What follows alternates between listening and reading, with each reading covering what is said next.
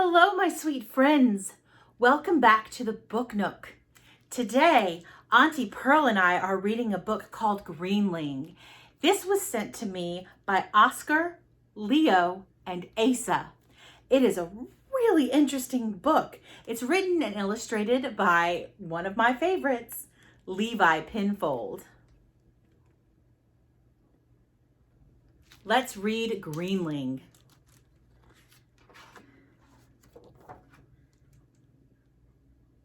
What is this growing on barleycorn land? What is this standing where once stood a tree? Is it intended for barleycorn hands? I wonder, he thinks, could this be for me?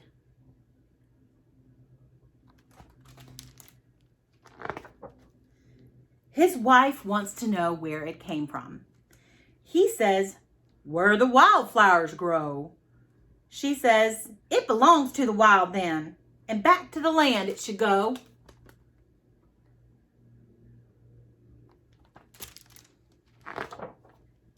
You cannot return for a refund. A baby's not like a hat. What's picked is picked. What's done is done. And that, barleycorns, is that. So, forget what you know about baby demands. This is a different breed. It's clear he has needs only trees understand. A vegetable hunger to feed.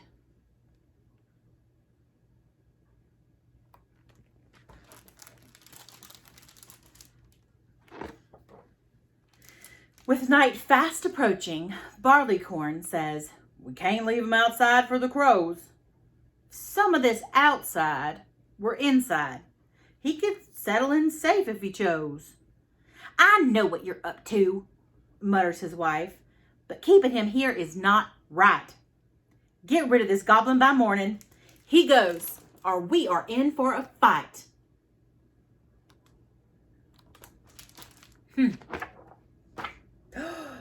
But morning brings stranger becomings, beginning of barleycorn gripe. She says, how will we cook breakfast today? He says, them melons look ripe.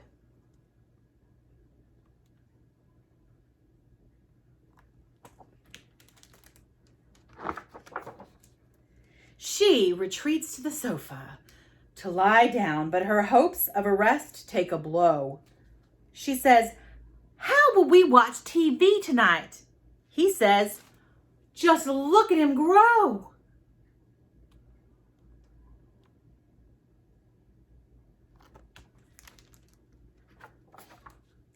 Escaping the house is no option. The transport has taken to seed. She says, well, there goes the shopping. He says, depends what you need.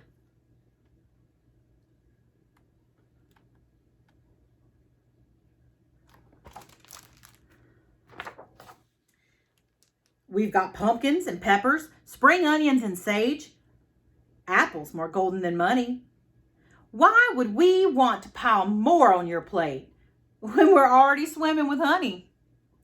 Dear husband, she says, what are you, a bee?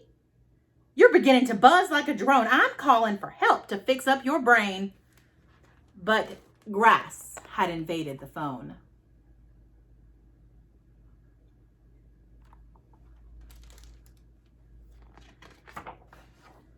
Retreating in rage to her bedroom, Mrs. Barleycorns opted to flee. Whatever will happen tonight, she thinks. Why now? Why here? Why me?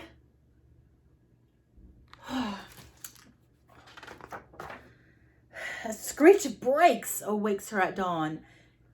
Then, humming up on the lines, a swarm of passengers bound for work are stopped in their tracks by vines.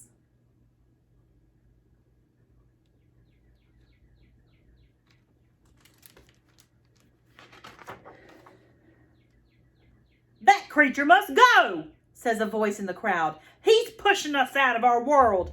These people all need to be moving along. This vegetable must be hurled. Well, that's not right, Mr. Barleycorn thinks.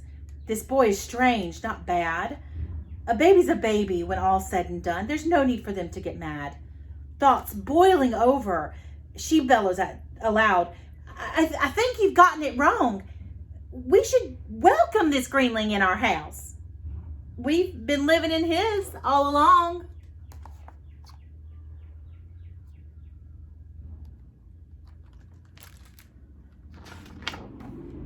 Suddenly, flowering with all the attention, Greenling sits up and speaks an old magic word, long since forgotten, casts an odd spell for weeks.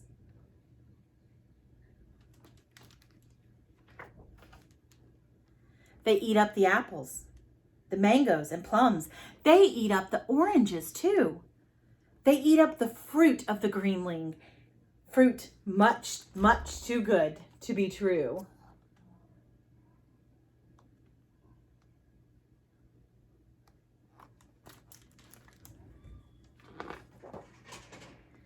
So, a long summer begins and continues, a harvest with each morning light. Strange and enchanted Greenling cuisine has everyone filled with delight. But all summer, things must come to an end. When the summer days are gone, as autumn arrives, the barleycorns find that Greenling has left with the sun. Barleycorn says, "He's a Greenling. Who can say what they intend? He left us with this for the winter. But I don't think this is the end."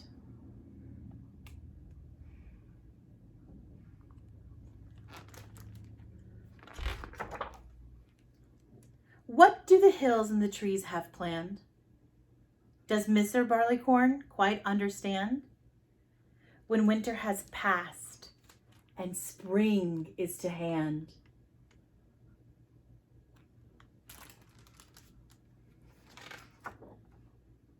What will be growing in Barleycorn land?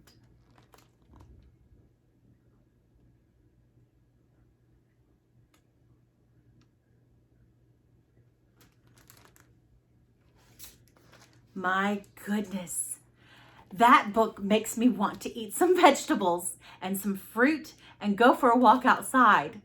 Thank you so much to Oscar, Leo, and Asa for sending me this wonderful book by Levi Pinfold. I hope you all stay happy, stay healthy, and keep reading.